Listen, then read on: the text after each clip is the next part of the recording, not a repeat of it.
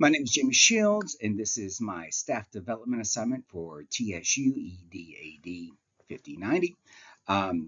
This is a real presentation that I am giving at La Verne High School. This is the only slide that will not be present on my presentation. The idea is that I wanted to do something for class that I could actually use in real life. And so let me go ahead and click to the next slide. This is the starting slide that people will see when they come to the room. I'm giving this in the lunchroom. It is a 30-minute session. And so I'm trying to get buy-in from the teachers.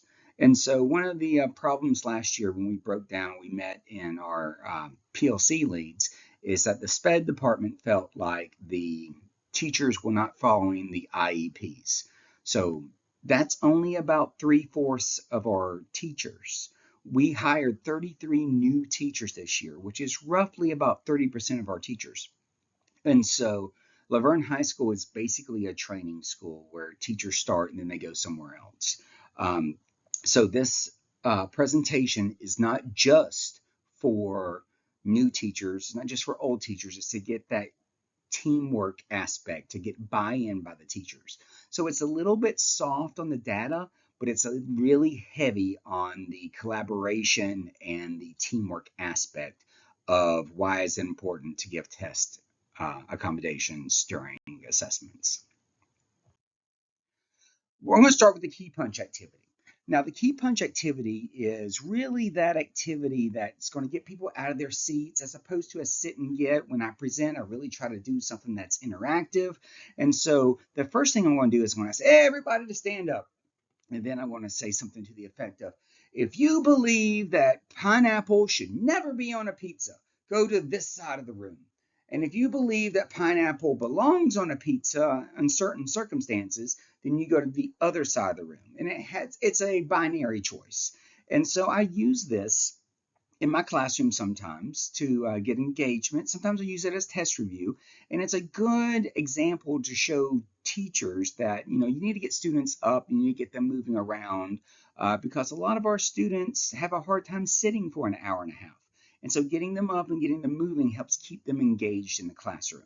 I'm doing the same with the teachers. So I'll ask them, I have about 5 to 6 questions in my head that I can go to. One of them is, would you rather be on a beach vacation for a week or a mountain vacation for 2 weeks? Would you rather have a brand new Ford F-150 or a brand new Chevy Camaro?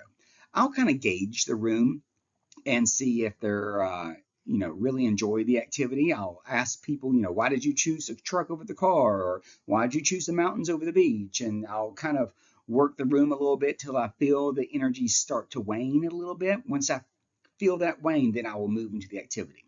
To move into the activity, I'll have the teachers number themselves off 1 to 12. 1, 2, 3, 4, 5, 6, 7, 8, 9, 10, 12. 1, 2, 3, 4, 5, 6, 7, 8, 9, 12. And then those will be my groups. And so I'm bringing in teachers from different departments and trying to get that, camaraderie started, and trying to get that buy-in. And they're going to be standing around tables with a deck of cards. Now that deck of cards, index cards, are labeled 1 through 30, much like the AI picture that I pulled up.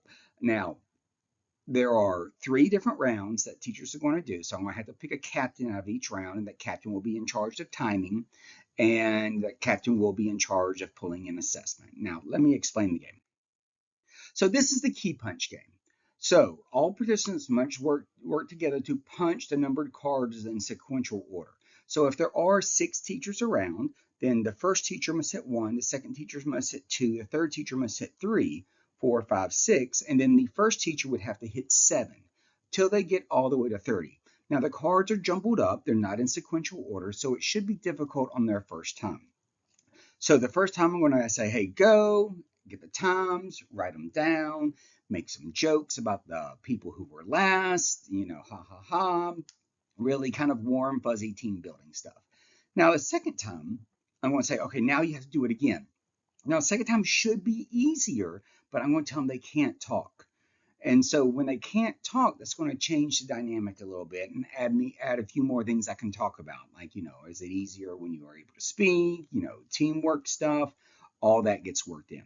Now, the third time that they do it, I introduce accommodations. And so I have 4 different accommodations here.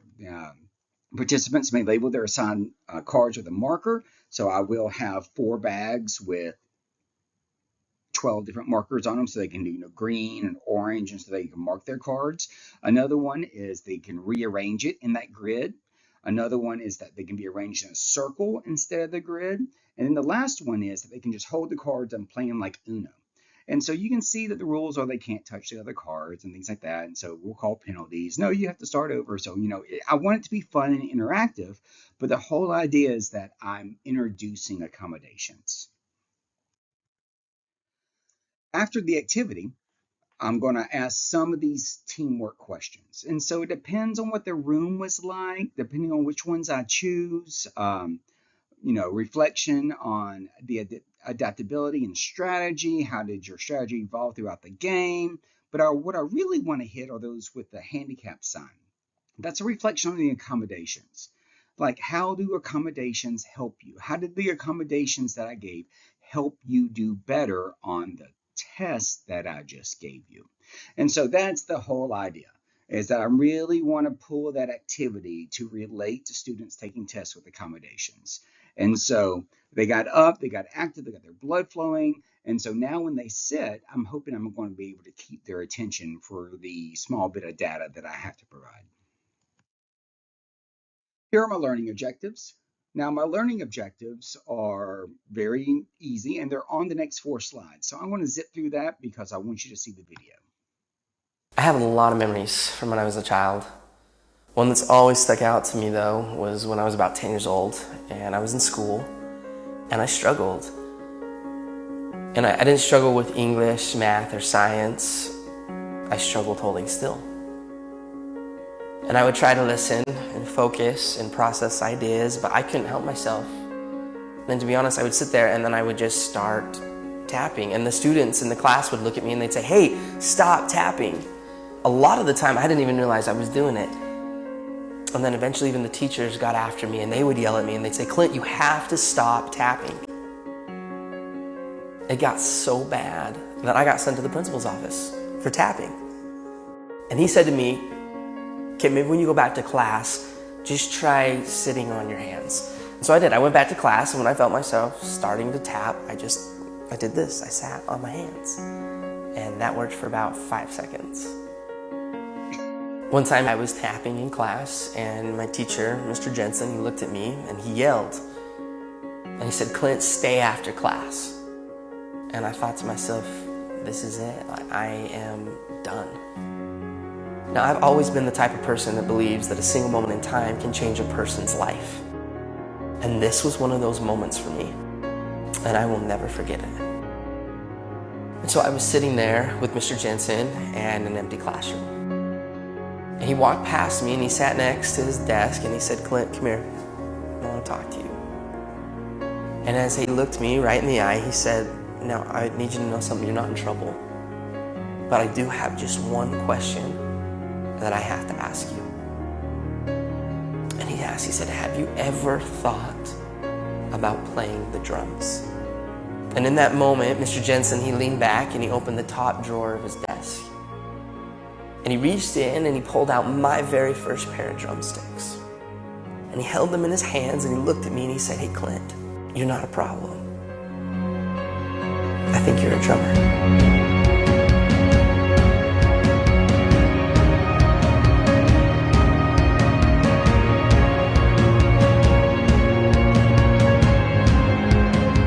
From that moment on, I've never put those sticks down. I've toured, recorded, and played drums all over the world. My whole college education was paid for with drumsticks in my hand. Just because of a single moment in time when somebody believed in me. And he saw something in me that I didn't even see within myself. And from that moment, I learned that there's a difference between being the best in the world and being the best for the world. So that's a real story of a real student, and that's his real teacher that was given a chance to actually, with an accommodation of drumsticks, to be the best version of himself. And really, that's that good, warm takeaway that I want teachers to have. I also like leaving the video open with the objectives up on the screen, because if people do kind of get off the video a little bit, or go to the objectives and read the objectives, and that really helps them sink in. So I purposely did not put the video up big. I really wanted the objectives to be on the screen the whole time. Plus, in the lunchroom where I'm going to be presenting, the screens are very large and easy to read with the video being small. IEP is not a suggestion. The first topic is increase educators' understanding of legal responsibilities. It is a legally binding document. Not to be scary, but you can literally be sued if you do not follow an IEP. It corresponds with the Individuals with Disability Education Act, the Free Appropriate Publication Act, known as FADE. Repercussions are you could lose your job. You could be suspended. There are financial implications for the school and the school system. And so following IEPs is not a suggestion. It is a legally binding document. And so this needs to really be sold during this slide. This is something I pulled off the internet. I actually typed in, what do I do if the teacher's not following directions? And so this information is out there for people to gain, for parents to find. Speak with your child's teacher, ask a child about their accommodations, request to observe your child's classroom, check with your case manager, call an IEP meeting, call an attorney. So that information is what our parents are reading online. So they are armed. So you need to make sure that you are following your accommodations. You make sure you are delivering on what the IEP says. Now, some people get confused between accommodations and modifications. We at La Vergne High School, if you are a Gen Pop teacher, then you are using accommodations. We are not modifying what you're telling the students to learn. We are not modifying what they are learning. We're just giving accommodations so that students will do better at the test by their own means. And so both support learning, but if you are a general teacher at La Vergne, you are not modifying for students. If a student is in there with an EA or an extra helper, they are providing that modification. So you only have one lesson plan for all students. And so don't think of it as modifications. It is accommodations. It's ways that students can actually be better at the test according to their own abilities. So I want to guide you on how to implement accommodation. Start with relationships. The first thing you need to do is learn about that student. Now, at La Vergne High School in Skyward, you're going to have a little I next to that student's name. That little I tells you that they have some type of accommodation. And within the first 2 weeks of school, you will get an IEP at a glance. This IEP at a glance will break down what you need to provide for that individual student according to their legal IEP. Go ahead and create an email folder in your Outlook, and go ahead and read everyone and then throw it in an email folder. And then on your roster, just make a note in there that you know that that student has it. You might want to, reference it later. But I have my own little key system that I know how to keep track of what those students are. And you'll have to develop your own system.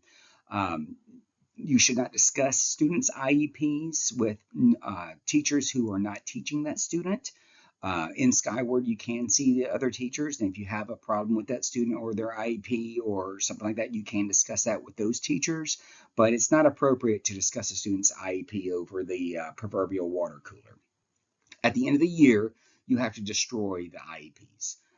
We don't want to really keep track of those or have any way that someone can get to them, and so destroy your IEPs at the end. Just take that folder and then delete the folder and then just start over next year.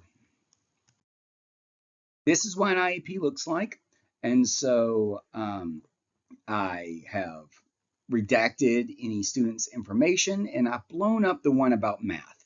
And so you can see that there are accommodations for economics and history and English and even CTE. But I just blew up the math so that we could look at it. Additional time, 1.5. Give directions in small, distinct steps. Plan preferred seating and extended time. So basically 1.5 times. So if you give a test that should take 20 minutes, the student gets 30 minutes. Now, it's not that hard to provide that time, and we'll look at that in our next slide. So this is how we do it at Laverne High School. You can arrange your seating. Now, when the students come in and you sit them down, you already have information about their IEP through Skyward. You'll get additional information within the first 2 weeks of every student. You can use preferential seating, maybe sit those students in front, or you can sit them in a certain area. You can use Wolverine time, so that they have a test that's going to back up again, and then class change is going to happen. You can write them a Wolverine time pass to finish their test. Maybe even let them review for a second and then let them come and take the test again. Remember, not all students have the test on the same day. So if you have a project, then maybe some students will test and some students will work on their project, and then they could switch. But you can actually know that these students get an hour and a half and these students only get an hour. So that's something that you really don't want to advertise to the other students. Some students tend to be sensitive or reluctant to take their time, which is understandable, but we still are legally bound to do so. If you have any problems, you can contact your PLC lead. That would be the first person you reach out to. The second one would be the assistant principal over your department. We have EAs available to give tests, especially the read out louds. We do have other people in the school that can help you if you need help following an IEP, especially during an assessment. So don't be scared to reach out, but the first person you should is your PLC lead. So I'm going to check on my learning objectives. So I want to ask everyone on a 1 to 5. Again, this is something you can do in your class. This is one of those assessments that you do during class. Increase educators' understanding of legal responsibilities. If you have increased it, go to 5. If you have not, give me a 1. Give me a 1 to 5 on if you think that. And I'll do that with all 4 of the categories. And thank you. So every presentation I give ends in a thank you slide. I always give my information, and although teachers should contact their PLC leads, I will invite them to contact me as well. So as a senior teacher in the school, I get a lot of questions fielded my way, and I'm always happy to help new teachers.